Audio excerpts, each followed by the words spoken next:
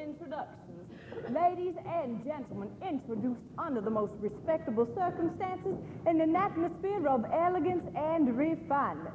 Object, matrimony.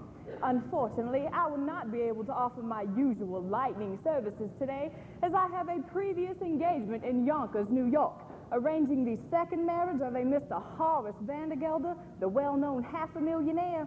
As my late husband, Ephraim Levi, always said, that means he has at least 60,000 cash. But I do promise to have you carried across somebody's threshold before the week is out.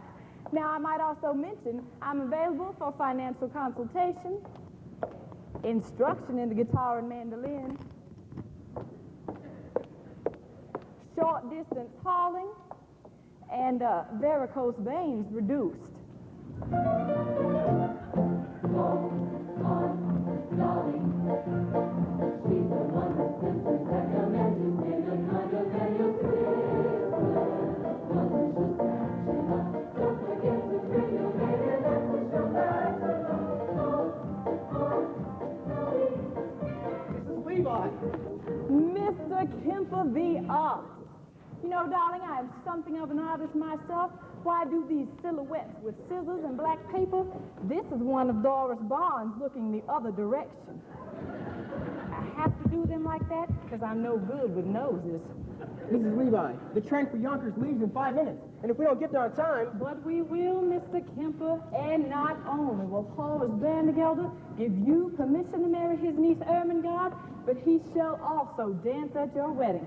And not alone either, because I happen to be engaged in finding him a suitable second wife himself. What he really wants is someone steady to clean the house. As my late husband, Mr. Levi, always said, marriage is simply a bribe to make a housekeeper think she is a householder. I know all about it, Mrs. Levi. Half of New York is saying he's going to propose to Mrs. Irene Malloy this very afternoon. Which is why I am on my way to Yonkers this morning, Mr. Kemper, and can take on your case and knock off 4 lovebirds with 1 stone, or whatever I'll throw. I'll see. And well, would you look here? I have nothing to pay my train fare with. Only large bills, 5s and 7s. I have some change here somewhere, Mrs. Levi. I only hope this isn't a wild goose chase. Speaking of poultry, I'm also available for fresh Jersey eggs, surgical corsets reboned, ears pierced, ears replugged. Mrs. Levi.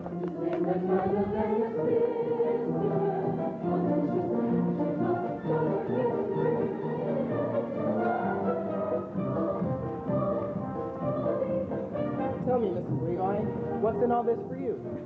A living, Mr. Kemper. Some people paint, some sew, I meddle.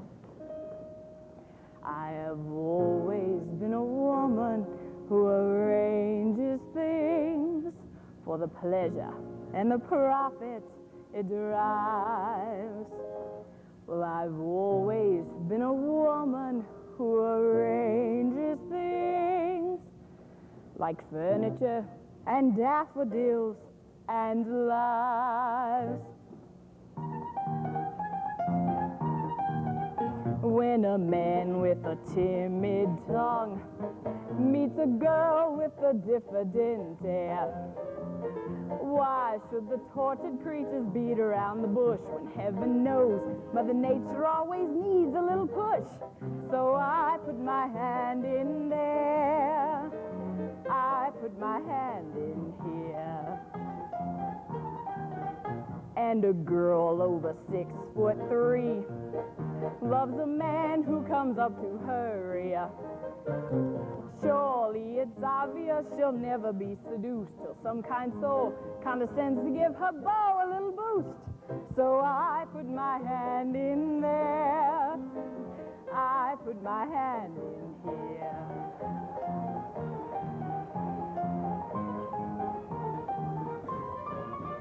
I have always been a woman who arranges things. It's my duty to assist the Lord above.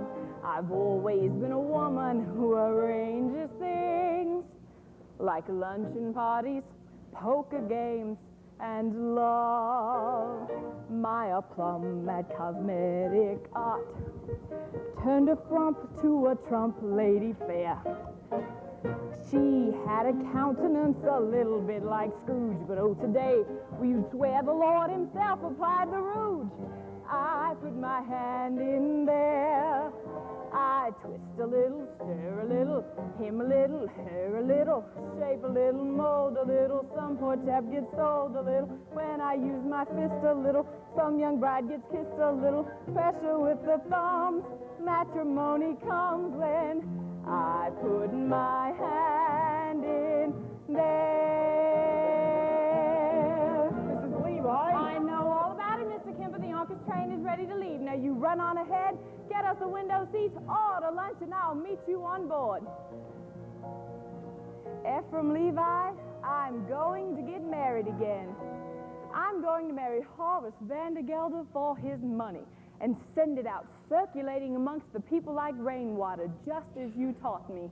And I want to sign, Ephraim, from you sometime today that you approve.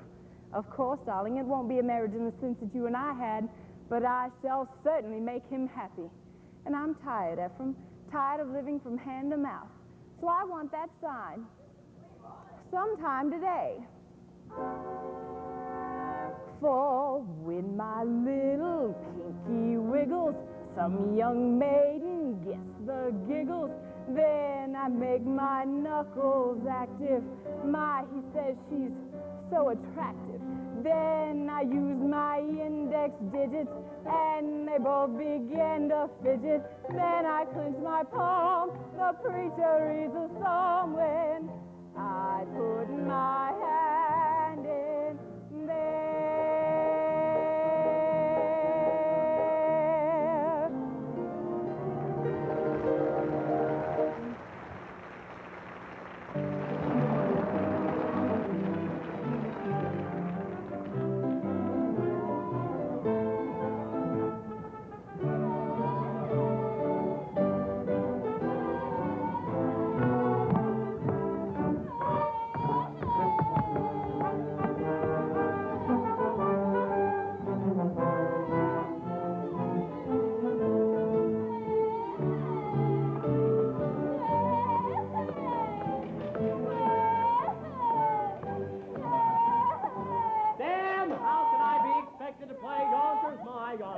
With all that bellowing in my ears. I can't help it, Uncle.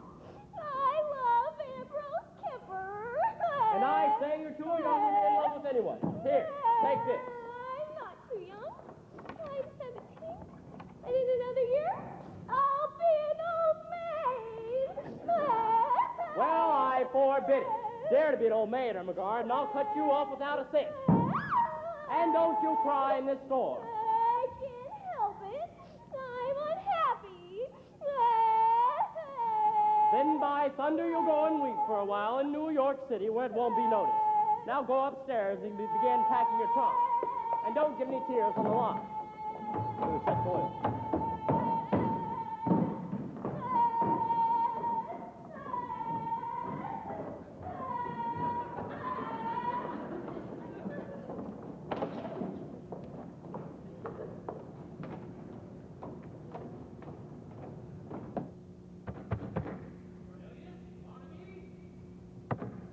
Mr. Vandergelder? I did. I have news for you both. I'm going to New York City to march to the 14th Street Association Parade. And when I return, you will have yourself a mistress. But I'm too young, Mr. Vandergelder. Not yours, hell and damnation, mine. I'm getting married again. And in honor of that occasion, I've decided to promote you, Cornelius, to chief clerk. And what am I now, Mr. Vandergelder? Well, fool, that's what you are, Cornelius. And I'm promoting you from impertinent fool to chief clerk. Any more questions? Yes. What? Does the chief clerk get one evening off a week? So, that's how you begged me for your promotion, is it? Well, no, sir. You'll be attending to the store as usual. Now, get back to work. And don't forget to put the lid on the sheep dip. Evening coffee. Very New Yorkers. Foolish. 99% of the world are all fools. And the rest of us, well, are in great danger of contamination. Why I was once young, which was foolish. Got married, which was foolish. Was poor, which was the most foolish thing of all. Then my wife died, which was foolish of her. I grew older, which was sensible of me. Became rich, friendless, and mean, which in Yonkers terms is just about as far as one can go. Oh, I know what you're wondering now. Why a man of so much good sense will be wanting to get married again? Well, the answer's simple. This old house without a woman would be a mighty empty shell. And pretty dirty, too. It takes a woman all powdered in pink to joyfully clean out the drain in the sink. And it takes an angel with long golden lashes and soft resin fingers for dumping the ashes. Yes, it takes a woman, a dainty woman, a sweetheart, a mistress, a wife. Oh, yes, it takes a woman, a fragile woman, to bring you the sweet things in life. The frail young maiden who's constantly there for washing and bluing and shoeing the mare. And it takes a female for setting the table and weaning the Guernsey and cleaning the stable. Yes, it takes a woman, a dainty woman, a sweetheart, a mistress, a wife. Oh, yes, it takes a woman, a fragile woman, to bring you the sweet things in life.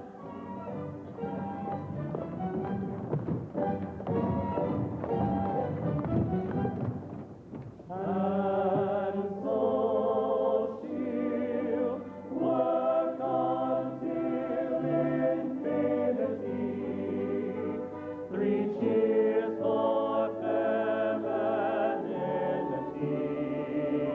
Row, row, row, row, row, row, F-E-M-I-T-Y. F-E-M? I-T-Y? Oh, get out of here! Oh. And in the winter she'll shovel the ice and lovingly set out the trap for the mice. She's a joy and treasure, for practically speaking, to whom can you turn when the plumbing is leaking? To that dainty woman, that fragile woman, that sweetheart, that mistress, that wife. Oh, yes, it takes a woman, A husky woman? to bring you the sweet things in life. Oh, yes, it takes a woman, a dainty woman, a sweetheart, a mistress, a wife. Oh, yes, it takes a woman, a fragile woman, to bring you the sweet things in life.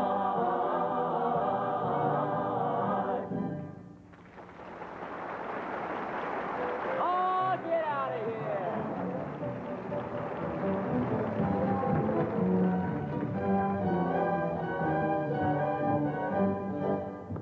Congratulations, congratulations, 1,000 congratulations. What? Congratulations, Mr. Van der Gelder. Why, all of New York is just buzzing with the news that you have practically proposed to Mrs. Irene Malloy. Yes, the streets are just lined with eligible young ladies prostrate with grief. All of my dearest congratulations and sympathy. Sympathy? Did I say that? Slip of the tongue, that's all. No, I am delighted with the happy news. After all, she wasn't easy to unload. Well, by that I mean, you know what everyone said, although I, for one, never believed the rumors. No, I didn't. Rumors? What rumors? Nothing to get upset about, Mr. Vandergelder. Well, I mean, according to all known facts, her first husband passed on quite naturally. It's just that, well, he went so sudden. A few spoons of chowder she made special for him, and... But it could happen to anyone. No, there's no truth in it, none whatsoever. Just one word of advice, Mr. Vandergelder. Eat out. Now look here.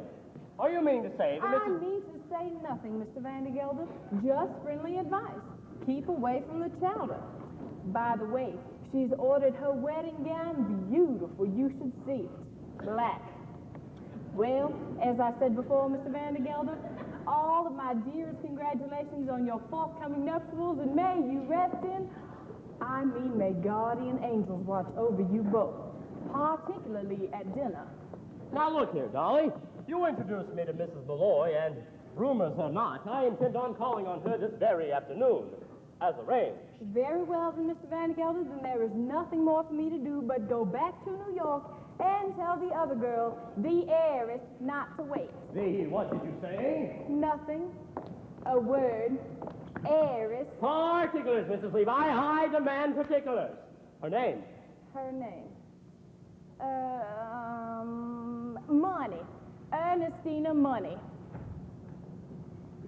What a lovely, lovely name. Picture, if you will, hair as shiny as a newly minted dime, eyes as big round as silver dollars, skin as soft and mossy as an old greenback. I can feel her now. Age 23, weight 102, waist 47. Wait, 47? That's with the money belt. Now, Horace, I could arrange for you to meet this Ernestina this afternoon because I know right where she is. Yes, well, I can't. I've got to take my niece Ermengarde to New York City until she forgets that certain Ambrose Kemper. I could do that for you, Mr. Vandergelder. I know just how to handle such things. Yes, well, then I'm marching in the 14th Street Parade. What an amazing coincidence. Well, why, guess who has been chosen to ride on the main float? The spirit of 14th Street? Miss Money. Her mother was a cash, you know. Well, all right, Dolly. I'll meet you, Miss Money, at the parade. But I still intend on paying another visit to Mrs. Malloy first. Oh, dear, what races you make me run. Very well, then I will meet you on that bench in front of Mrs. Malloy's hat shop at 2:30 as usual. Dolly, one more thing. Suppose I decide against Mrs. Malloy and, well, I don't like Miss Money neither. Well, then I happen to have one more name on my list, Mr. Vandergelder. A name I know as well as my own. But we won't go into that now. No, it'll come up all by itself in good time. Don't you worry about that. Oh, but wait till you see Ernestina Harvest, a vision, a dream. It takes a woman all powdered in pink to joyfully clean out the drain in the sink. And it takes an angel with long golden lashes and soft resin fingers for dumping the ashes.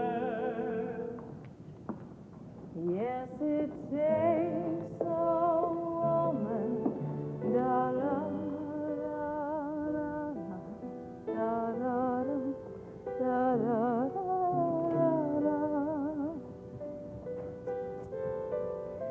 You know, Ephraim, I think I'm going to have that room done over in blue wallpaper. Yes, in blue. Ermengarde, Ambrose, come on out here. We've got plans to make.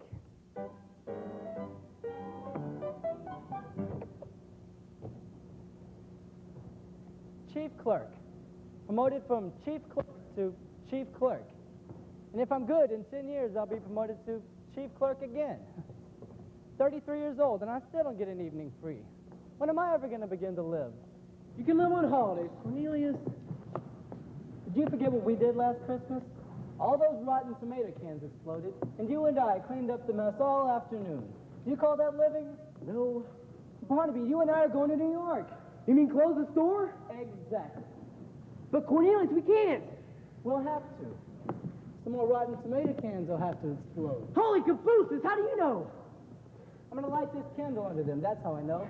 They'll make such a smell customers won't come into the store for 24 hours. That'll get us an evening off. We're going to New York, Barnaby, and we're gonna live. We're gonna have a good meal. We're gonna spend our money. We're gonna be in danger. We're gonna be arrested. Holy cabooses! And one more thing, Barnaby. We're not coming back to Yonkers until we've each kissed a girl. But Cornelius, you can't do that. You don't know any girls. Well, I'm 33 years old. I've got to begin sometime. But I'm only 17, Cornelius. It's not so urgent for me. New York, Barnaby, elevated trains, the lights of Broadway. The stuffed whale at Barnum's Museum. A stuffed whale? Stuffed whale. What do you say, Barnaby? Yes, Cornelius, yes.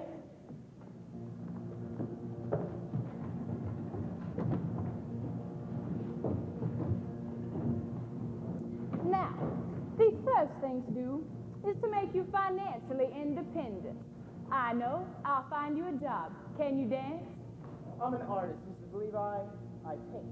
Well then, my card. Mrs. Dolly Levi, painters named Ambrose taught how to dance. Now, there's a man, Rudolph Weisenweber, at the Harmonia Gardens restaurant on 14th Street. I'll send a note with you for him, and we'll see if he can't have you both entered into the poker contest for tonight. The prize is a solid gold cup and a week's engagement. Oh, the gold cups we won, Ephraim and me. Now hold on, Mrs. Levi. No fiance of mine is gonna set foot in a cafe. And I don't mind saying that I'm surprised that you have acquaintances in a place like that. Not acquaintances, Mr. Kemper. Friends. Very dear friends from days gone by. My late husband, Mr. Levi, believed in life in any place you could find it.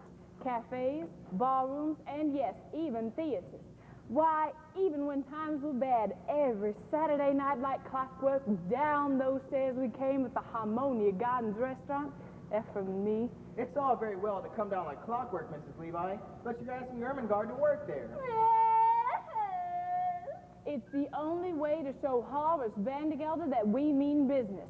Now, you go to the Harmonia Gardens restaurant tonight and tell them that Mrs. Levi sent you. And, incidentally, tell Rudolph that Dolly's coming back. And I want a table for two and a chicken for 8 o'clock tonight.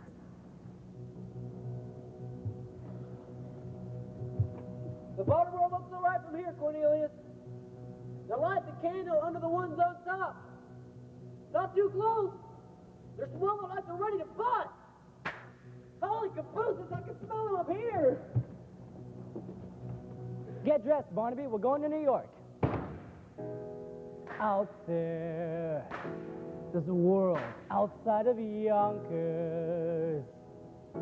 Way out there, beyond this hick town, Barnaby. There's a slick town, Barnaby. Out there, full of shine and full of sparkle. Close your eyes and see it glisten, Barnaby. Listen, Barnaby.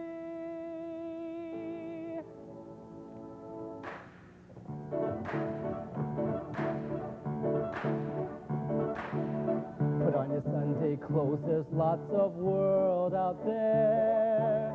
Get out the brilliantine and dime cigars. We're gonna find adventure in the evening air. Girls in white in a perfume night where the lights are bright as the stars. Put on your Sunday clothes, we're gonna ride through town in one of those new horse-drawn open cars. We'll see the shows at Delmonico's and we'll close the town in the world. And we won't come home until we've kissed our girl. Put on your Sunday clothes when you feel down and out. So down the street and have your picture took. Just like a dream, your spirit seemed to turn about. And that Sunday shine is a certain sign that you feel as fine as you look. Made your parasol, the world is all a smile. It makes you feel brand new down to your toes. Get out watch your feathers, your patent leathers, your beads and buckles and bows. For there's no blue Monday in your Sunday clothes. Come on, Barnaby, we're going to New York. Elevated trains, the lights of Broadway. The stuffed whale at Barnum's Museum. Come on.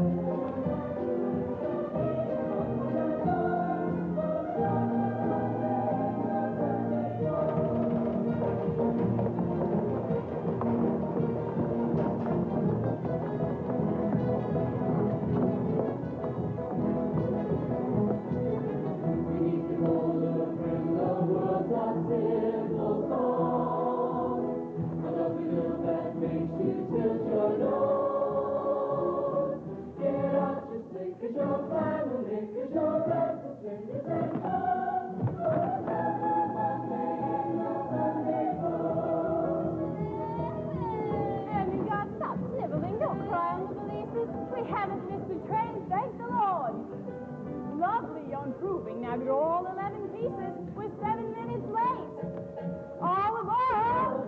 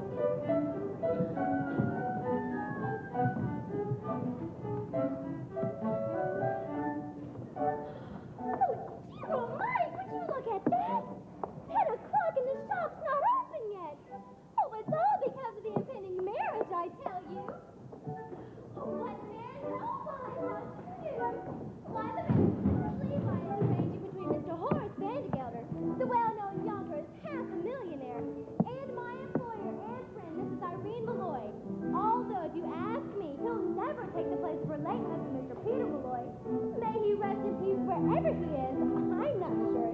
He was a caution, you know. Oh, it's all too much of a late husband, the new marriages. And on top of everything else, Miss Mortimer returning this time for the third time. Same old story. She wants more table feathers, table feathers. He had to go, I suppose. Although, if you ask me, he'd do better with a nice heavy veil. I told her, ribbons down our exactly what we'll be wearing this summer. Everyone had just fun. But she'd have none of it. Change the feather she wanted. Sit on the tail all day with that poor, dear, sweet Mrs. Malloy. That's another of mine. What was always was, Minnie? With the door, it's stuck. It's stuck? They're plush.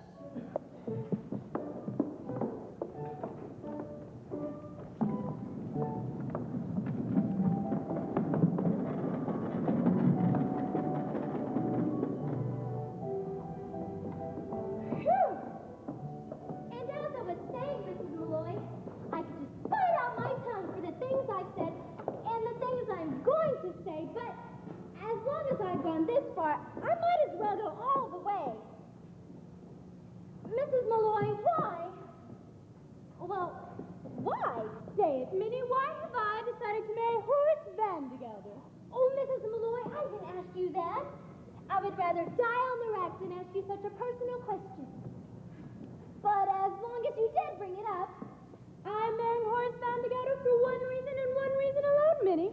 To get out of the millinery business. I hate Mrs. Malloy. And I can no longer stand being suspected of being a wicked woman with nothing to show for it. Mrs. Malloy. Don't protest, Minnie. All millinerists are suspected of being wicked women. That's why I can't go into restaurants or balls or theaters. Well, that's all the proof they need. Take my word for it, Minnie. Either I marry Horace Vandergelder or I break out of this place like a fire engine. Oh, no, not Miss Mortimer again. Miss Mortimer, I'll take care of it. No, Minnie, leave it be. You can make another hat for Miss Mortimer if you like.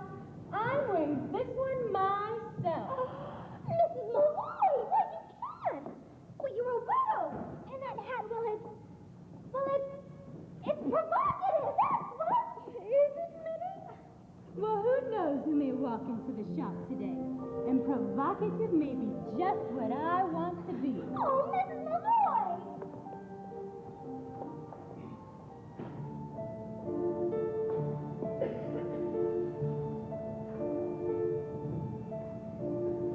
I'll be wearing ribbons down my back this summer. Blue and green and streaming in the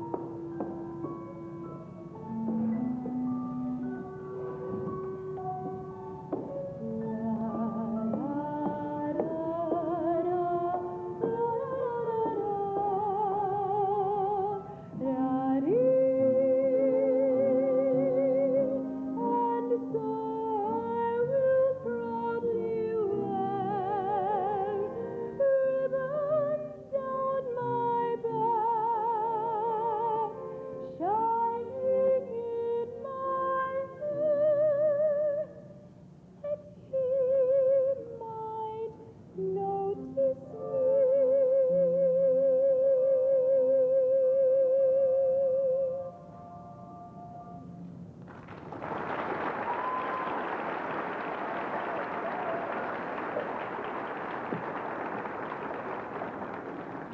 Mrs. Malloy, Wild Horses didn't make me ask this next question I'm about to ask, but I'm going to ask it anyhow. Do you love Horace Van de Gelder? No, Minnie, I don't. Peter Malloy, God rest him, was my share of true love. And I'm not saying I was shortchanged, but once is enough for a woman as long as it's true love, and it was that. Minnie, look, there are two men staring in the shop. Men? I do believe they mean to come in here. Men in the shop? Oh, Mrs. Malloy, that's how we do. Do? I flirt with him, of course. I'll give you the talk. Oh, Mrs. Malloy, and you had all that talk about love. Love enough I've had, Minnie. It's a bit of adventure I could do with now. We'll get them all heated up and then drop them cold. It'll be good practice for married life. Now, you go back into the workroom, Minnie. I know some ways we can perk up our appearances. Besides, a bit of weight will only make them nervous and easier for us, too. Oh, and you say vampire, Vampire. And so I'll try to make it easier to find me in the stillness of July, because a breeze might stir a rainbow behind me that might happen to catch the gentleman's eye. Oh, Minnie, we'll get an adventure out of this yet.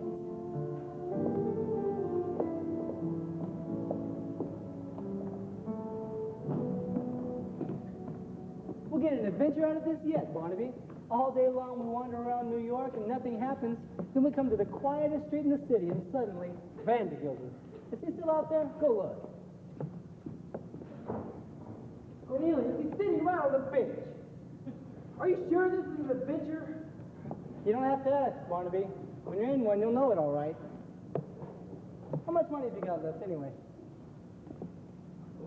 40 cents for the train back, 80 cents for dinner, and 15 cents to see the will. $1.40. When those women come out, we'll have to pretend to be customers. Customers, that's it. Maybe the best thing to do is make them think that we're rich. Then we won't have to spend anything. We're just two men about town looking for hats for ladies. Good evening, Mrs. Hello.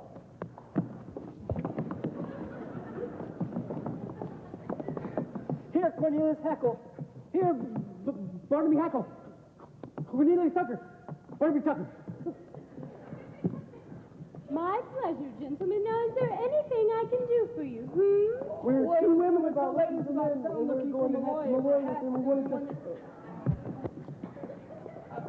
We want a hat. For a lady, of course. And everyone said to go to Mrs. Malloy because she's so pretty. I mean, her hats are so pretty. And so reasonable, Cornelius. As reasonable as under $1. It'll still give us enough money to see the whale. You gotta pay him no mind, man. He's come all the way from Yonkers to see the whale. He's all excited. Just keep an eye on that street, Barnaby, and maybe you'll see it pass by. Is it big and black with me little red eyes? Yeah, that's it. It's sitting right on the bench. Excuse me, but did you say Yonkers, Mr. Hackle? Oh, yes, ma'am. And forgive me for saying this, but you should see Yonkers. By that I mean perhaps Mr. Malloy would like to see Yonkers also. I'm a widow, Mr. Hackle. You are? Barnaby, she's a widow! Oh, I mean, that's too bad.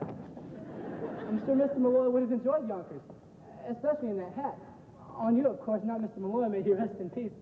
You are a Catholic, aren't you? Well, don't let that bother you. I'd be willing to change. Mrs. Malloy, if you should ever happen to have an evening free in the near future, I'd be more than happy to show you Yonkers from top to bottom.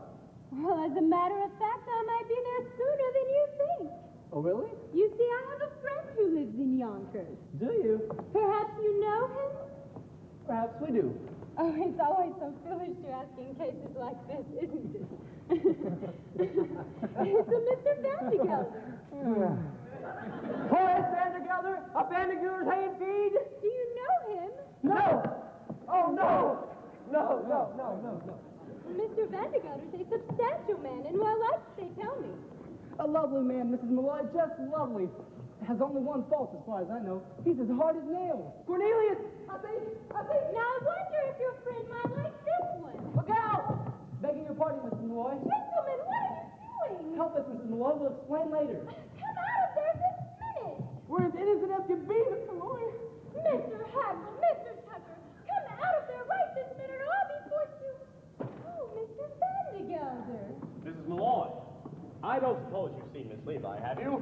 She was supposed to meet me on that bench out there 20 minutes ago. Well, she can just go looking for me when she comes. When I make appointments, I like people to be on time. Oh, here's a present for you. Chocolate-covered peanuts, unshelled. The expensive kind. Did I just see you talking with two men? Men? Men, Mr. Vandergelder? What would men be doing in a lady's hat shop? Now let's go back into my workroom. I'm so anxious for you to see it. Yes, well, I saw it last week. So you did? Well, what's new in the hay and feed business?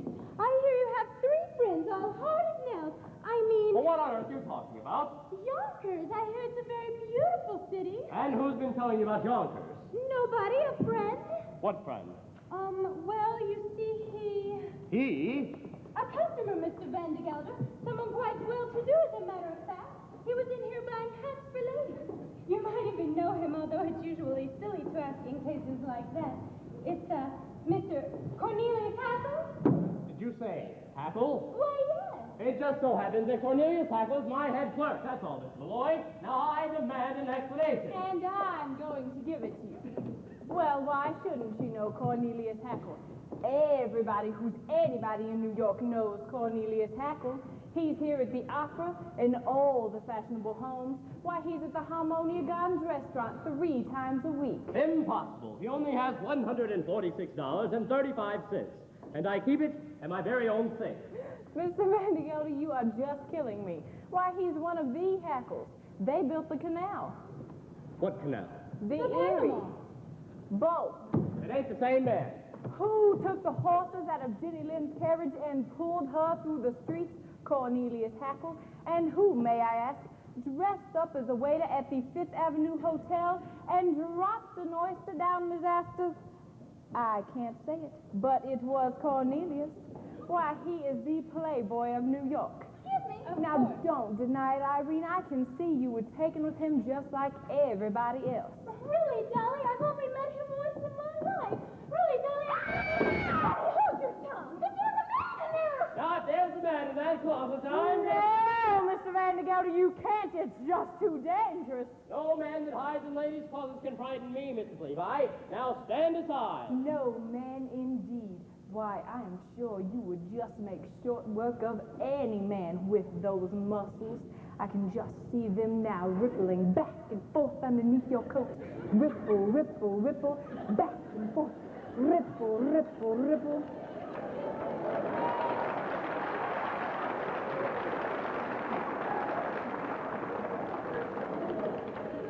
Well, for the last time, Mrs. Levi, will you stand aside? Stand indeed, Mr. Vandergelder. That is exactly what the court will want to know when you are charged with entering that closet without a search warrant. I mean, what do you stand for if it's not the law of this great land? I know what I stand for. I stand for motherhood, America, and the hot bunch for orphans. Take off your hat, Sir. Betsy Ross's flag is passing. Do you see him on the hill at Gettysburg? Neath that great triumphal arch. If you see him and he's trampling through the graves of wrath, stand up and march, march, march. Has this not affected you, sir?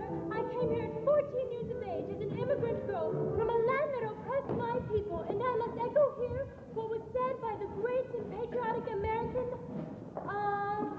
Moses.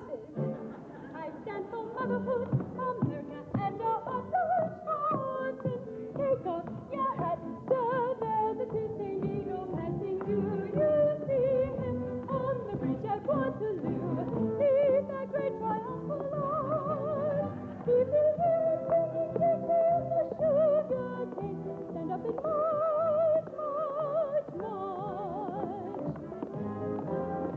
and for motherhood, America has a hot place for horses. I regret that I will not give for my flag and taking in with the Lincoln. One is my land and two is my sea. Hear that great triumphal roar. Glory, glory, hallelujah. Stand up and march, march, 407 years ago. march, march, Oh, a perfect union. march, march, Damn the torpedoes, full speed ahead. march, march, march.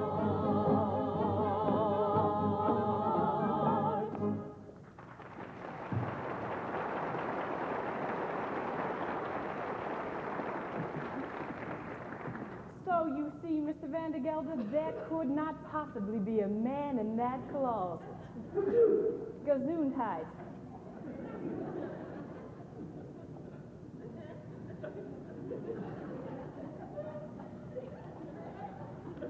Mrs. Malloy? All right, Mr. Vandergelder. There is a man in that cupboard. Uh-huh. And another under that table. What the devil? There also happens to be a very simple explanation, but for the present, good afternoon. Good Lord, why the whole room is just crawling with men. I'll never get over it. I take it I'll see you this afternoon, Mr. Vandergelder? Indeed you will, with a certain young lady on the main float at the parade. Good day, Mrs. Malloy.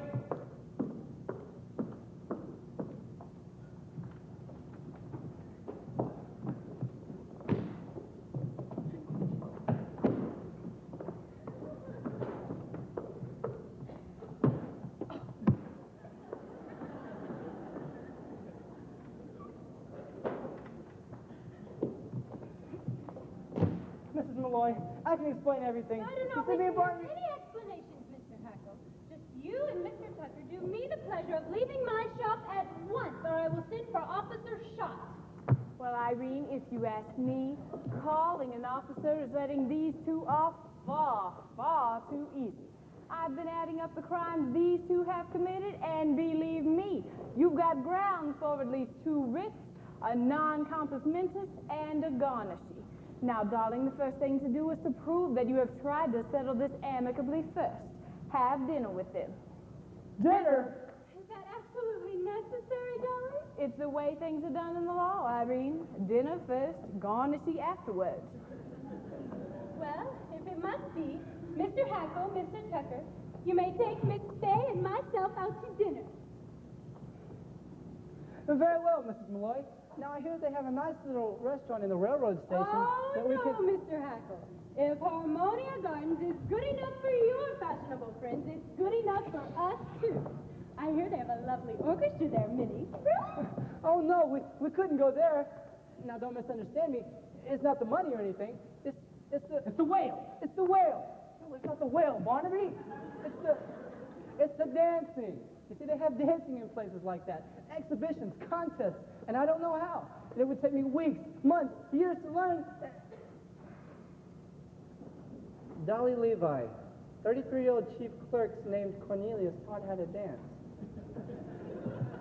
Now, it's very simple, darling. You come with me. You put one hand here and one hand here and glide and glide. It's no use, Mrs. Levi. I have absolutely no sense of rhythm. Absolutely no sense of rhythm is one of the primary requirements for learning by the Gallagher-Levi method. Now, I promise you, Mr. Hackle, you lend me 5 minutes of your time, and I shall have you dancing in the streets. Now, we'll start with lesson 7. Follow me. Right foot touch, left foot touch, over, back, around, kick, and unfurl. That was beautiful. Trust me, Mr. Hackle, I know beautiful when I see it. When I think of all the gorgeous young ladies that will just find heaven in your arms. Now, here, dear, we'll go back to lesson 1. Put your hand on her waist and stand with her right in your left hand. And 1, 2, 3, 1, 2, 3, 1, 2, 3. Look, I'm dancing!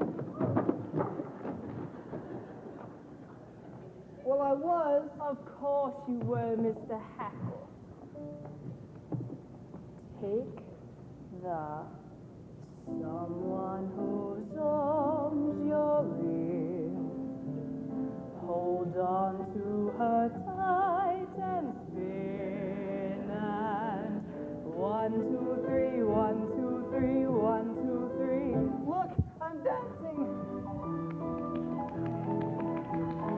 Turn around and turn around, try floating through the air. Can't you be a little more aesthetic? Don't you think my dancing has a polish and a flair? The word I think I'd use is athletic. Well, my heart is about to burst. My head is about to pop. And now that I'm dancing, who cares if I ever stop? Look at me, everybody. I, Cornelius Hackle, am dancing. You're next, Mr. Tucker. Ride and step and then snap and glide. And everyone stand aside. Look, he's dancing.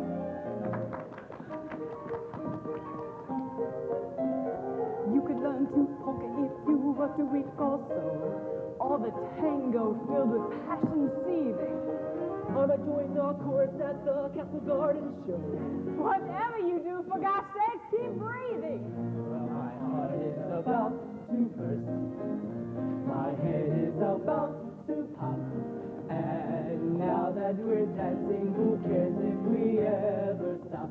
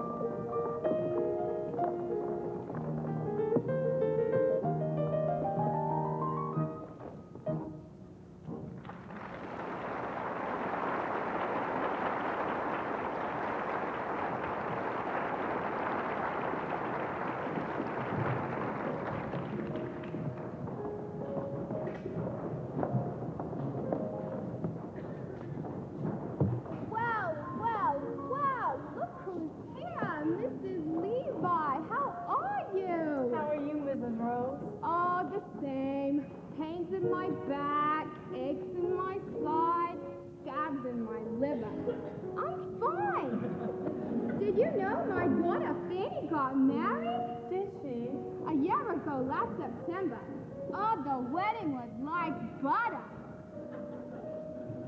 Uncle Clem, talk amongst yourself. It's been a long time since you've lived here, Mrs. Levi.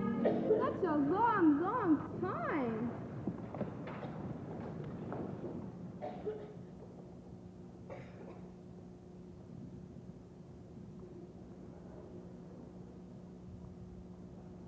Ephraim, let me go. It's been long enough, Ephraim. Every night for all these years, I put out the cat, locked the door, made myself a little rum toddy, and before I went to bed, I said a prayer thanking God that I was independent and that no one else's life was mixed up with mine. And then one night an oak leaf fell out of my Bible. I placed that oak leaf there when you asked me to marry you, Ephraim. A perfectly good oak leaf, but without color and without life. And I realized then and there that I had become like that oak leaf. For years I had not shed one tear, nor had I been filled with the wonderful hope that something or other would turn out well. So I've decided to rejoin the human race, Ephraim, and I want you to give me away. Before the parade passes by, I'm gonna get in step while there's still time left. Before the parade passes by.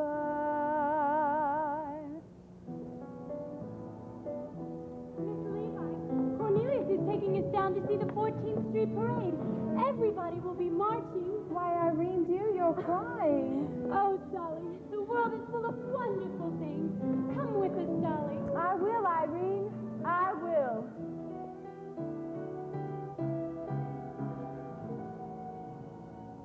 Before the parade passes by, I'm gonna go and taste Saturday's high life. Before the parade passes by, I'm gonna get some life back into my life. I'm ready to move out in front. I've had enough of just passing by life with the rest of them, with the best of them. I can hold my head up high, for I've got a goal again. I've got to drive again. I'm gonna feel my heart coming alive again before the parade passes by. Look at that crowd up ahead. Listen and hear that brass harmony growing. Look at that crowd up ahead. Pardon me if my old spirit is showing. All of those lights over there seem to be telling me where I'm going. When the whistles blow and the cymbals crash and the sparklers light the sky, I'm gonna raise the roof, I'm gonna carry on. Give me an old trombone, give me an old baton before the parade passes by.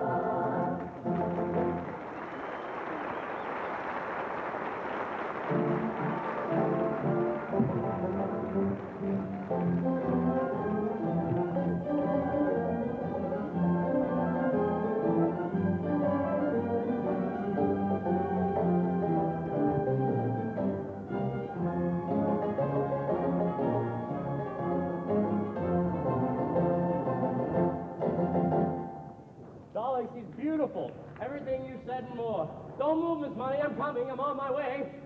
Hey, you! Cut that out! Come back, you!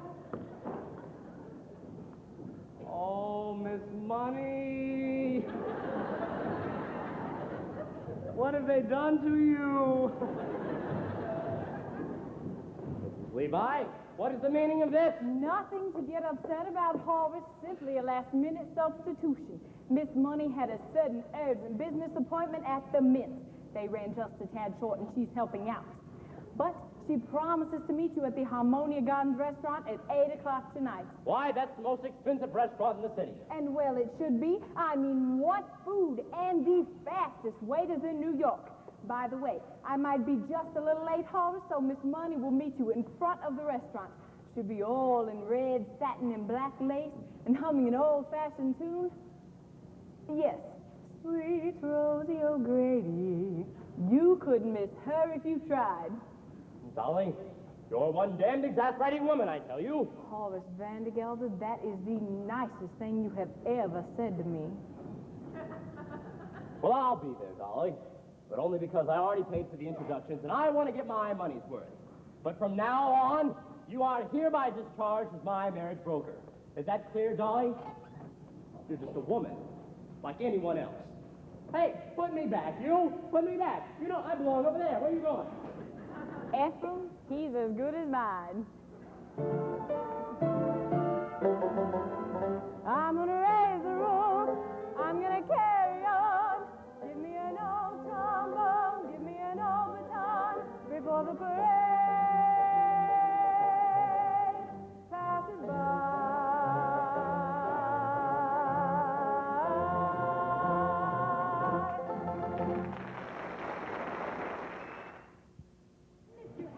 We've just loved looking at all the lights of 14th Street these past 4 hours. But now perhaps you better call a hack, or we won't get to Harmonia Gardens on time. Oh, look, there's one. Yoo-hoo! Oh, no, we couldn't do that. Now, don't misunderstand me. It's not the money or anything. It's just that nowadays, really elegant people never take hacks. Hacks is out. They all go by streetcar. Like J.P. Morgan and Diamond Jim Vanderbilt. Then by all means, a streetcar. Oh, imagine to think. I've been elegant all my life and never knew it. Now, of course, if you really want to be elegant, We do. you walk. Yes, New York is really as Barnaby and Cornelius. All the guests of Mr. Hackle are feeling great and look spectacular. What a knack there is to that acting like a born aristocrat. We've got elegance if you ain't got elegance. You can never ever carry it off.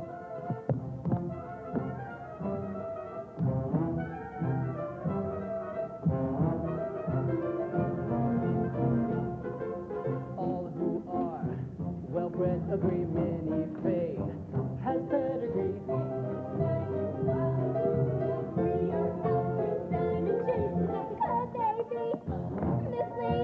Silver spoons were used for feeding us. We've got elegance if you ain't got elegance. You can never ever carry it off.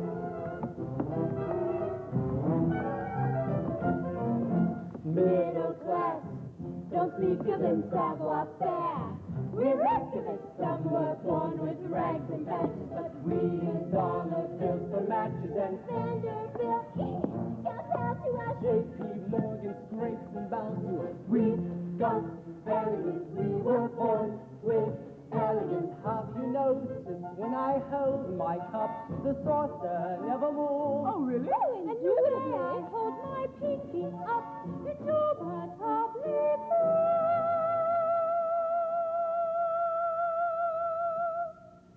Oh, excuse me. Lord, we've got elegance, we've got built-in elegance, and with elegance, we'll carry it on.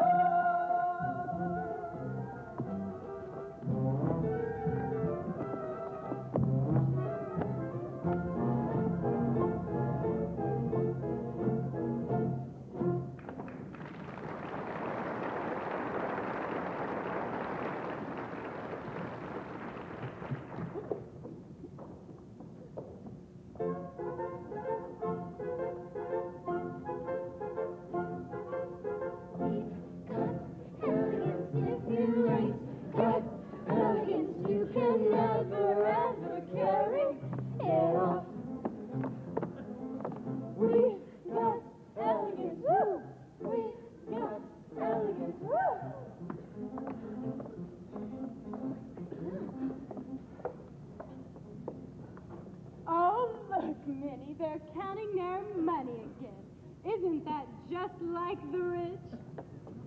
Gentlemen, aren't you going to escort us in? Of course we are, Mrs. Malloy. Barnaby. Mrs. Malloy, Yes, Mr. Huckle? as we start inside, may Yes, Mr. Huckle? I put my arm around your waist? Oh, yes, Mr. Huckle. But I might as well warn you. A corset is a corset.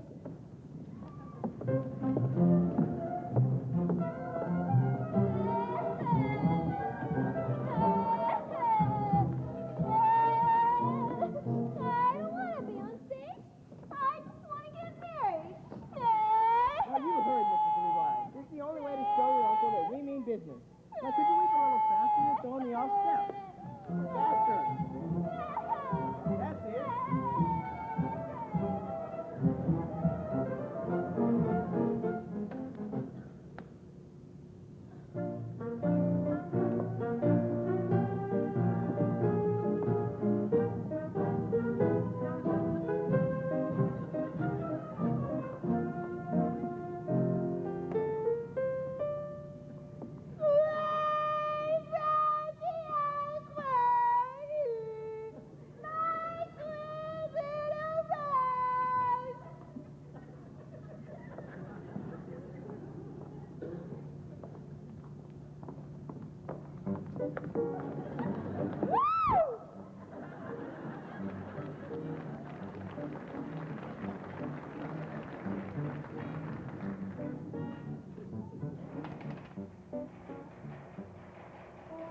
My order as head waiter of the Harmonia Gardens restaurant, on your supreme commander, that tonight of all nights, our usual lightning service will be twice as lightning as ever, or else.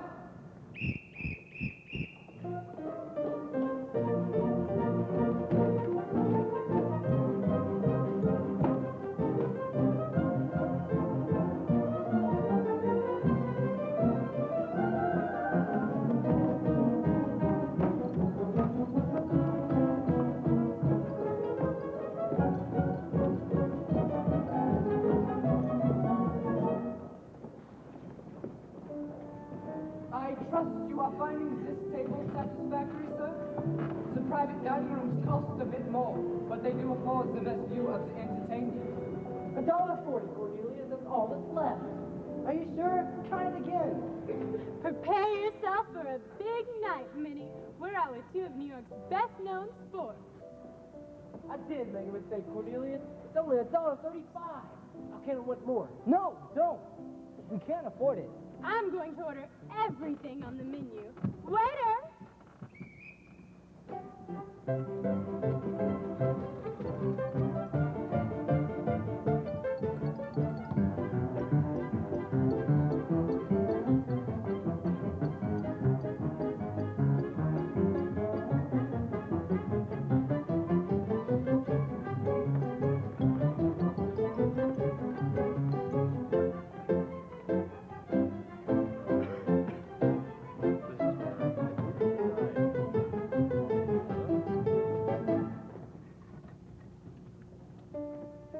I have told you before, sir, you will have to move.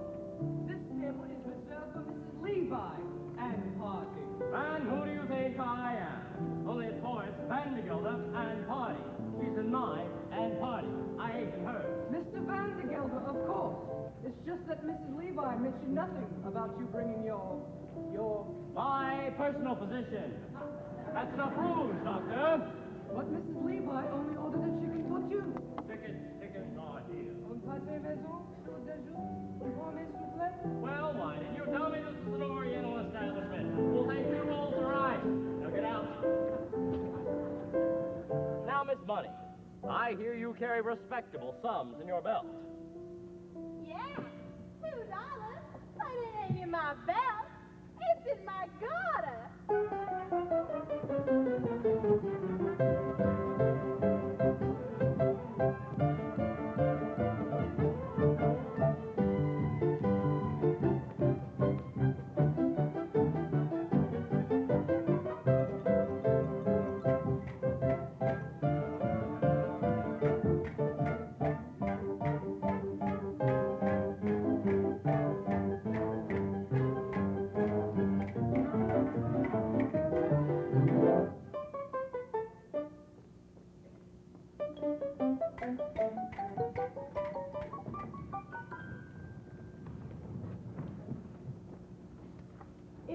of you to worry about our reputations, Cornelius.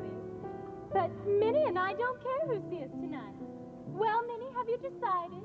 Oh, I just couldn't order anything at these prices. I really couldn't. Great grindstones. What a sensible girl. Waiter, bring us 4 glasses of beer, a loaf of yesterday's bread, and some cheese. Yesterday's bread? Oh, Cornelius, now I know how you keep half of New York in stitches all the time. Have you ever eaten pheasant, Minnie? Pheasant?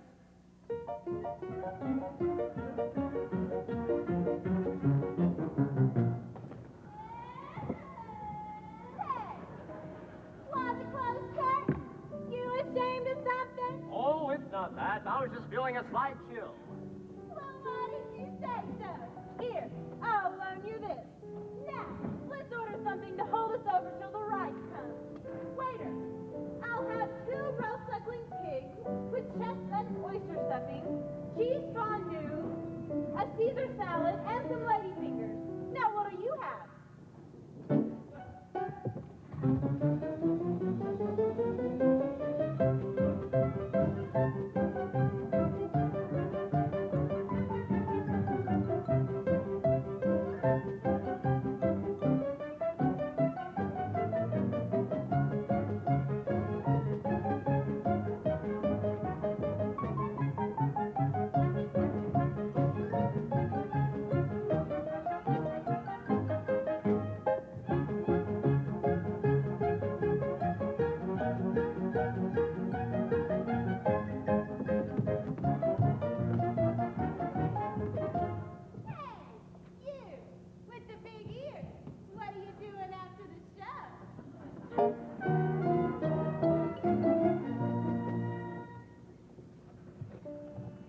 It's sweet of you to worry about our digestions, Cornelius, but I'm sure the pheasants are fresh.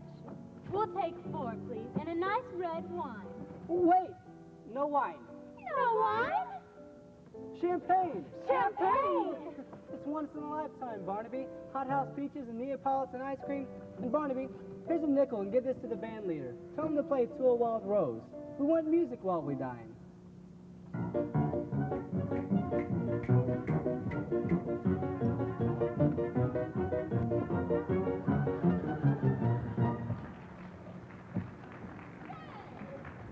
This is a cafe, isn't it? Let's dance! Oh, no, Miss Bunny. Bendigos, do not dance. We're Church of Christ. Well, fine. I'll dance myself. Give him $2 for the band leader, will you? And tell him to play something refined. I'm gonna do the hoochie coochie. All right, Cornelius, I'll send for the band, but promise you won't order anything else.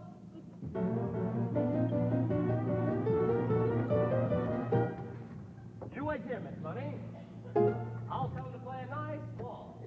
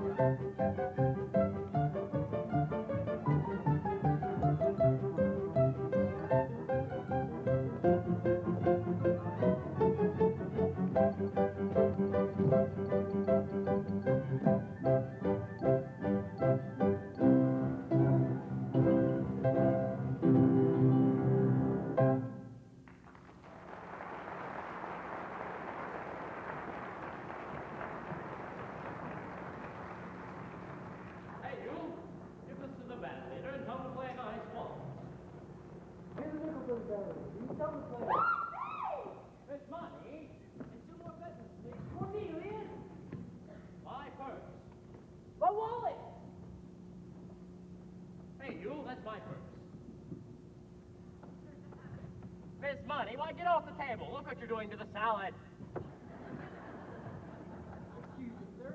That's my wallet. You know what's mine? It's only $1. $3. 5 pennies. Nothing.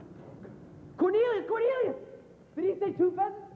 Make it 3, 4 pheasants for the house. And who cares if I don't see the whale? I'll buy one of my own.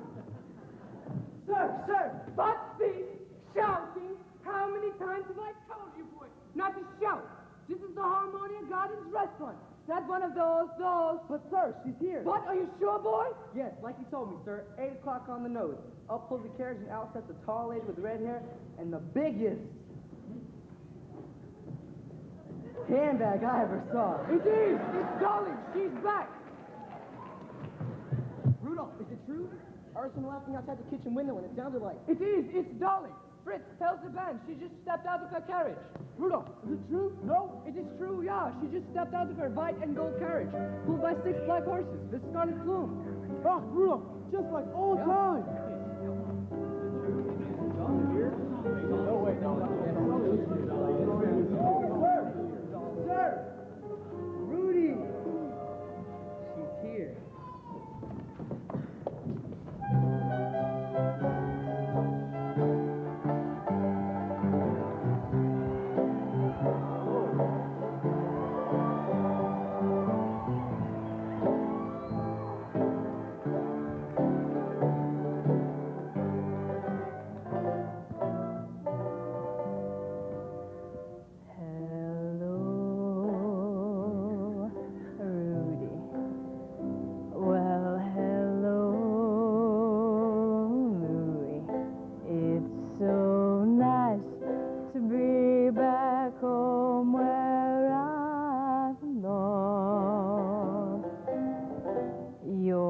Looking swell, Danny, I can tell, Manny, you're still growing, you're still crowing, you're still going strong. I feel the room swaying for the band's playing one of my old favorite songs from way back when. So bridge that gap, fellas, find me an empty lap, fellas, Dolly, you'll never go away again.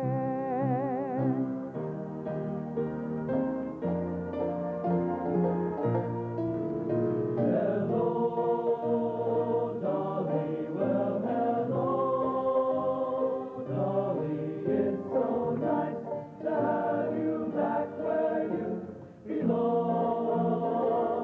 You're looking swell, Dolly, we can tell.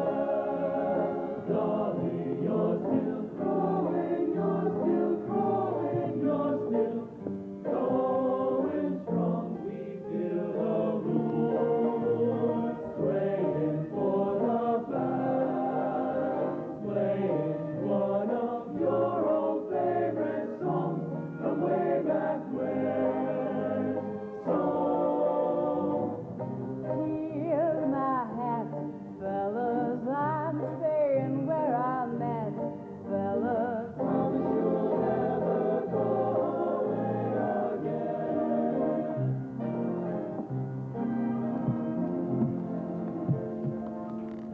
I went away from the lights of 14th Street and into my personal ways.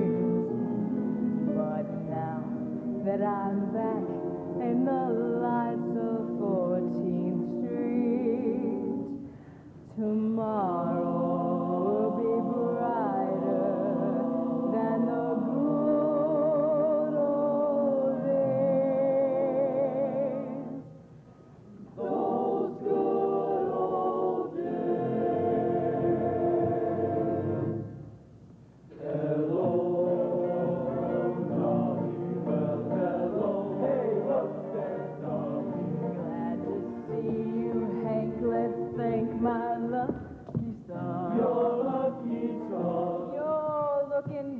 Stanley. Lose some weight, Stanley. Dolly's overjoyed and overwhelmed and overcome. I hear the arms see the lights and you still get glances from us handsome men. So Golly gee, fellas, find me a vacant knee, fellas. Dolly, you'll never go away again.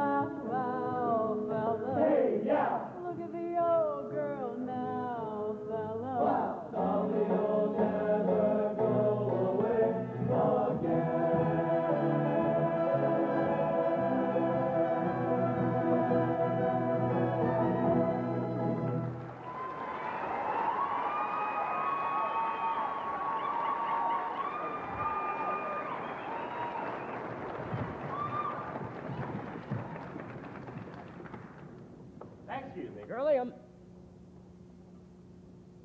Well, Dolly Gallagher. What are you doing in that get-up? You're 20 minutes late, and I demand an explanation for why you sent me up... Ernestina. Exactly. Ernestina, whom I trusted. Well, She wanted to do the hoochie coochie. She always was artistic, Horace. Rudy, we'd like that table down front there. There's someone in the dance competition I particularly want you to see. Now, Horace, darling, don't let's say another word about it. I'm just as shocked as you are. I can't eat a thing. What have you ordered? Well, what you wanted? A chicken. Now look here, Dolly. How about that hoochie coochie girl? Did you say a chicken? I don't think I could face a chicken. Not a chicken, not today, not after what's happened. Good. Cancel the chicken. And bring a turkey.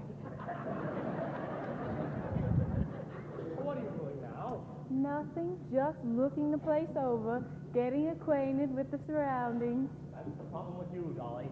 Always getting your nose into other people's affairs. Anyone that married you would get as nervous as a cat. What? What's that you're saying? I said anyone that married you. Horace Vandergelder, you get that idea right out of your head this minute. Why, I am surprised you would even mention such a thing. Understand once and for all that I have no intention of marrying you. Well, I didn't mean that. Well, I certainly do hope not. Horace Vandergelder, you go your way and I'll go mine. I'm not some Irene Malloy whose head can be turned by a few chocolate-covered peanuts unshelled.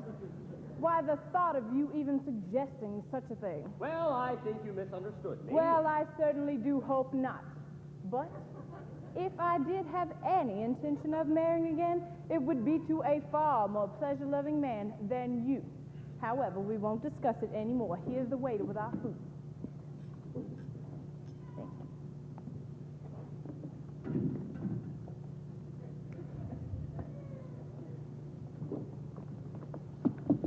Fabulous.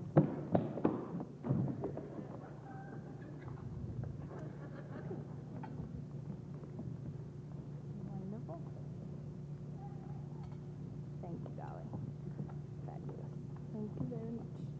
Now, here, Horace, here's some white meat for you, right here, Horace. And dumplings lighter than air they are. Giblets, very tender, very good for you.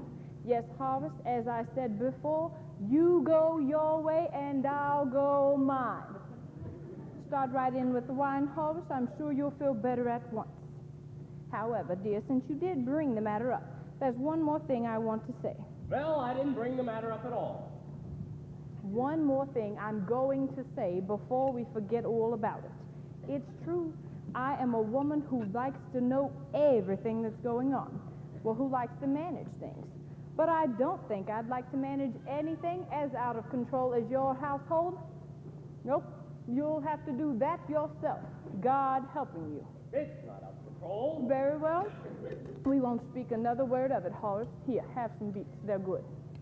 Well, I don't like beets. That's good. No, Horace, a complaining, quarrelsome, friendless soul like yourself is no sort of a companion for me.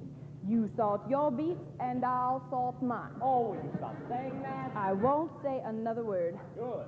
Except this, at your age, Horace, you should enjoy hearing the honest truth. My age? My age? Well, you're always talking about my age. Well, I don't know what your age is, but I do know that up in Yonkers with bad food and bad temper, you'll double it in 6 months. Here, have some more beets. They're good. I don't like beets. I hate beets. That's nice. Here, darling, dig right in. Nope. The pity of it is, you could be a perfectly charming, witty, amiable man if you wanted to. Well, I don't want to be charmed. But you are. Look at you now. You can't hide it. Now sit down and let's talk of something else. But before we change the subject, there is one more thing I'm going to say. Well, you're wasting your time, Dolly, and I don't want to hear it. I won't ask you to marry me. So I suppose that means you want me to ask you? Well, I'm sorry, Horace. I am turning you down. How can you turn me down when I haven't asked you anything? There is no use arguing. Here, I've made up your mind. I'll cut your wings. Oh, I have a headache. I'm going back to the hotel. You can't go now. The competition's about to begin. Here, let me pay for dinner. Wait a minute. This isn't my purse. It only has $1, 3 dimes, 5 pennies, And a button. Oh, this isn't my purse. I've lost my purse. Barnaby, that purse you found. Impossible. I can't imagine you without your purse. Bandit killers, Cornelius, we better get out of here. Oh, what am I going to do? I've never been here before. The people don't know me. Oh, will you stop eating that turkey? I can't pay for it. Oh, House, darling, listen, it's the latest thing of poker. Now, here, sit right down. There is one dancer I particularly want you to see. He has such graceful movements.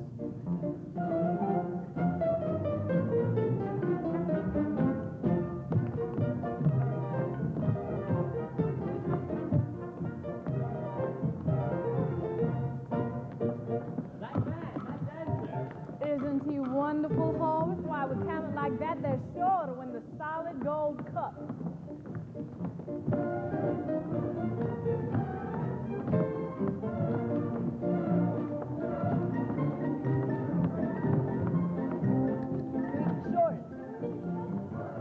Cornelius, I simply must have one dance. The bandit killers right over there. We've got to go. We will go, but we'll dance our way out.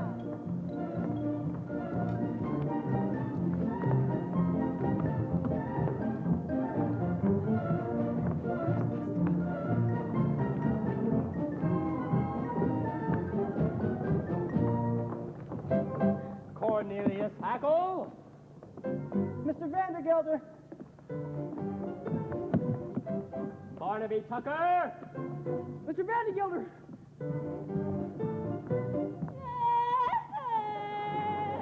Ermengarde. Dolly, this is your doing, isn't it? What are you up to? Mr. Vandergelder, I can explain everything. Well, I don't want your explanations. Why, you're fired. Officer, arrest that man. All right. You're all under arrest. Oh.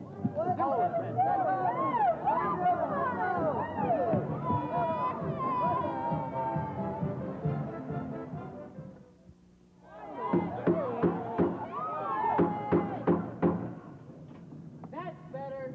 They are all charged with disturbing the peace, assault and battery, inciting to riot, and several other serious violations of the law of this city. Now, is there anyone here to speak in your behalf? I say, is there anyone here to speak in your behalf?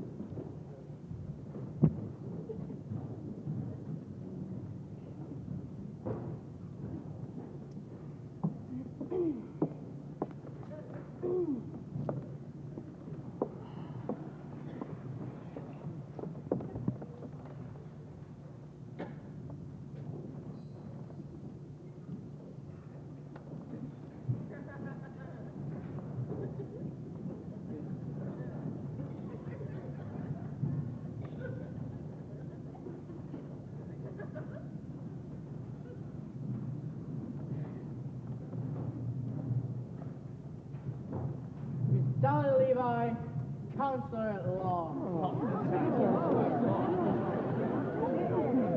Your Honor, the defense rests. No, there is no need in arguing. Ladies and gentlemen, when I see behind that bench a brow that gleams with honor, why, that nose alone. I ask you to look at that nose, ladies and gentlemen.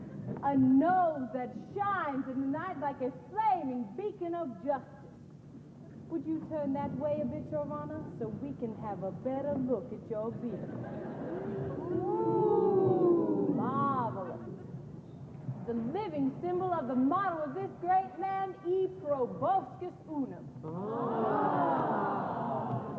Your Honor, I ask for freedom for my clients and a verdict of guilty for the only real culprit, Horace Vandergelder of Yonkers, New York. Dolly! The one man responsible for these grievous charges of willful destruction of private property. A curtain torn, a vase bruised, and a solid gold cup bent. Cruelty to a poor, unfortunate minor. Would you mind repeating that, dear?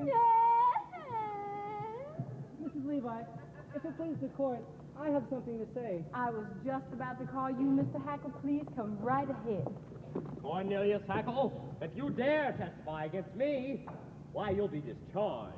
You've already done that, Mr. Vandergelder. Well, I'll do it again. You've done it again, too. And even if you hadn't, I'd still say what I have to say.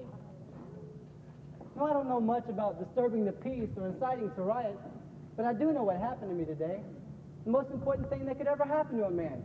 That might never would have happened if I'd obeyed your orders and stayed in Yonkers. Your Honor, I'm talking about none other than love. What?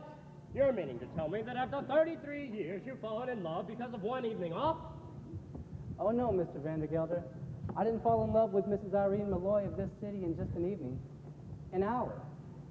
Even that's too long. What's less than a minute? A second. Less than that. A moment. That's it. I'll go slowly so you can get this all down. It only takes a moment for your eyes to meet, and then your heart knows in a moment you will never be alone again. I held her for an instant, but my arms felt sure and strong. It only takes a moment to be loved a whole life long.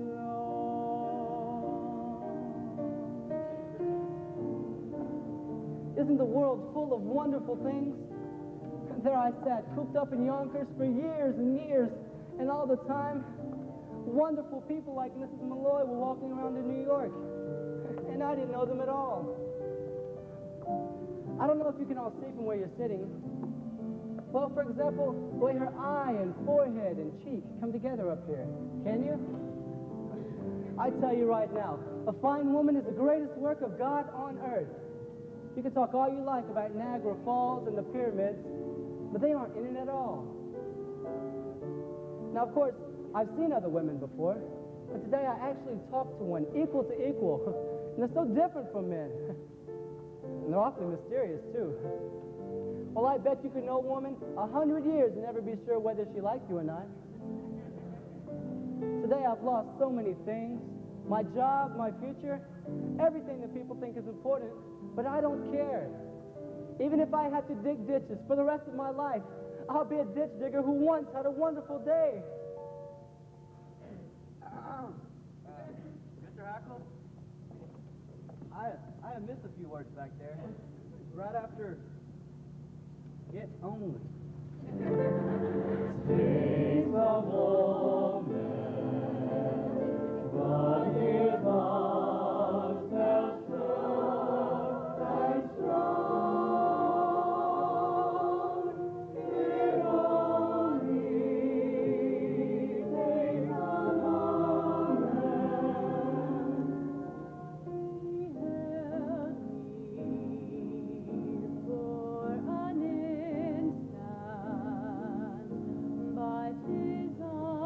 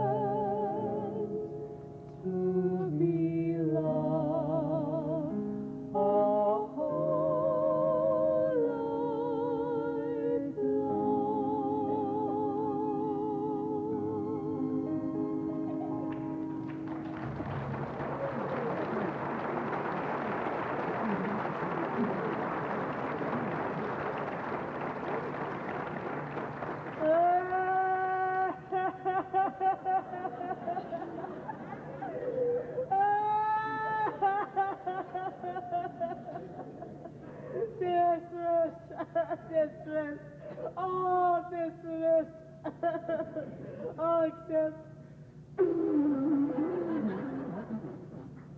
Horn Baptist daughter of Yonkers, New York. You're all dismissed. You're free, my children. And bless you. Go. Go.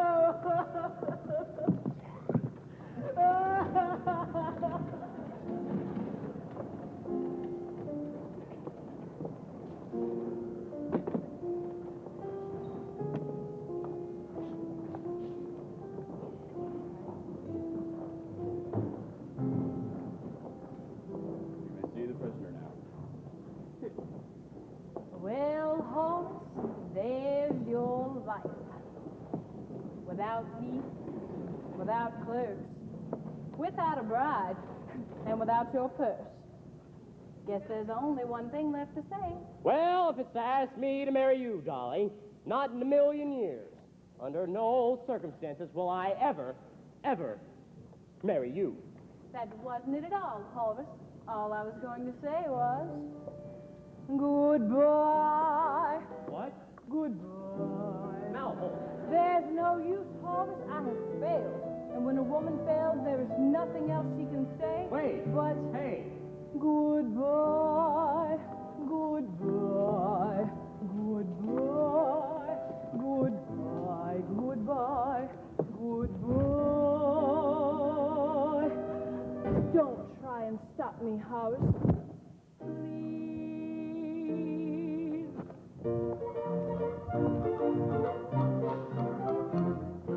Wave your little hand and whisper so long, dearie. You ain't gonna see me anymore.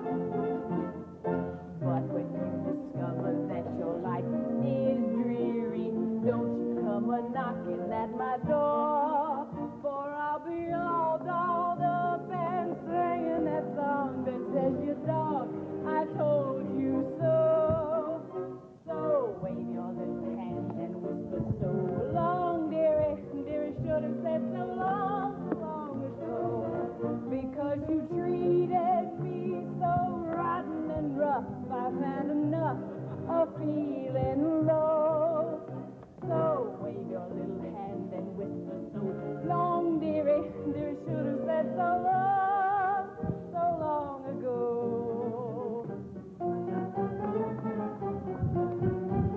For I can hear that choo-choo calling me on to a fancy new address. Yes, I can hear that choo-choo calling me on aboard that Happiness Express. I'm gonna learn to dance and drink and smoke a cigarette. I'm gone as far away from Yonkers as a girl can get. So, and on those cold winter nights, Horace, you can snuggle up to your cash register. It's a little lumpy, but it rings.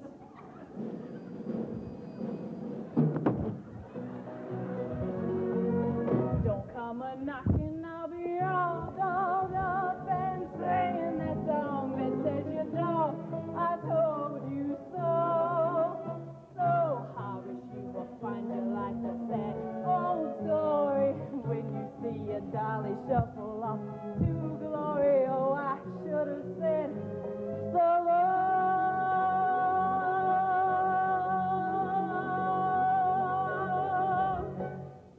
long ago.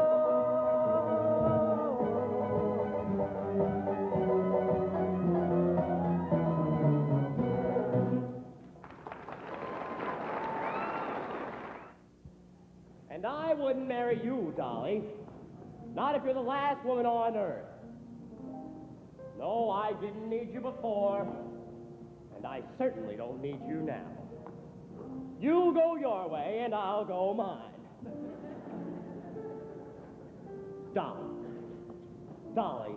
Dolly. Dolly. Dolly. You stamped Mr. Vandergelder? What? Oh, come crawling back, have you?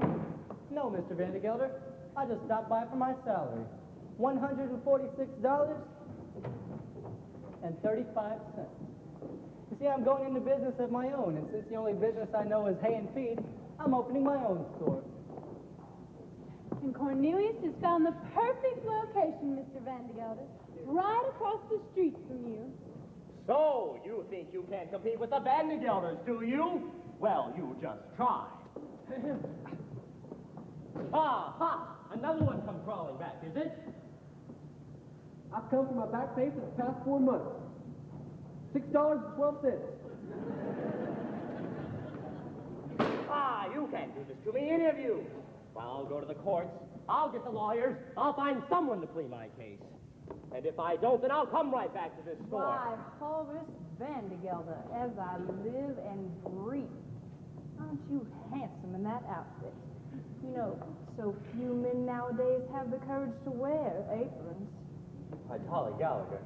I know just what you're going to say, Horace. You are not satisfied with Ernestina. Well, I have another person on my list, darling. The ideal wife for you. Oh, but don't let me interrupt. Were you doing something? What were you doing? Getting Cornelius's money, Dolly. $146. And 35 cents. And don't forget about Barnaby. Yeah, $6.12 of mine. And Bunny My Mama Lesson. $52.48. 38. 48. All right. All right. If it's the money you want, the safe is upstairs.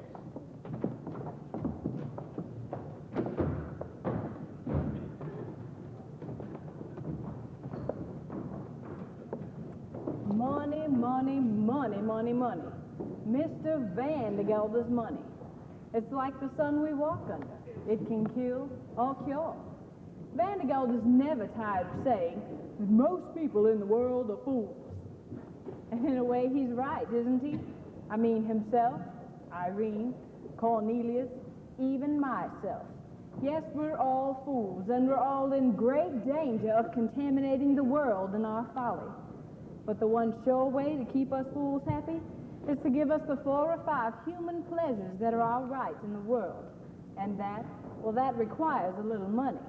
Now, the difference between a little money and no money at all is enormous and can shatter the world. And the difference between a little money and an enormous amount of money is very slight, but can shatter the world too. I suppose it's all in how you use it.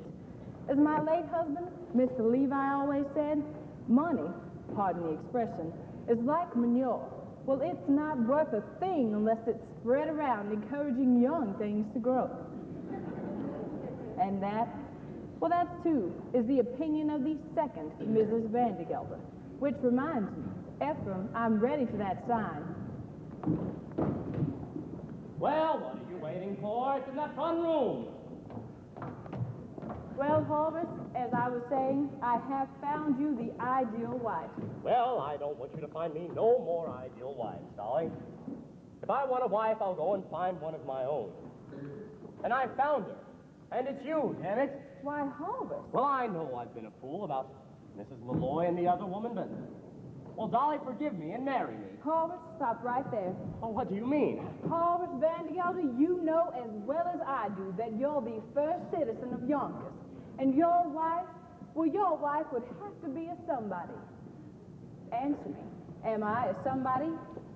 Well, you are. Wonderful woman. You're partial, Horace. No, it won't be enough for you to load your wife with money and jewels, to insist that she be a benefactress to the entire town. You know it's bad business letting Cornelius open a store right across the street from you. Better take him back and make him your partner. Partner? Yes, and Barnaby can have Cornelius's old job. Now, hold on. That way we'll all be together so we can dance at Ermengarde's wedding. Oh, that does it. I'll dance at no weddings. And besides, I don't know how, and it would take weeks, months, years to probably learn. Oh, all right. I'll dance. Horace Vandergelder, I never thought I'd hear you say a thing like that. Excuse me, Well, idiot, it's in that front room. Horace, what is going on up there? Well, I've decided to have the front room done over in blue wallpaper. Horace? Well, I know the old paper isn't worn out yet, but there's a fella in town that's just started a new business and, well, needs a good start. And I've always felt that money, pardon the expression, is like manure. It's not worth a thing unless... Thank you, Ephraim.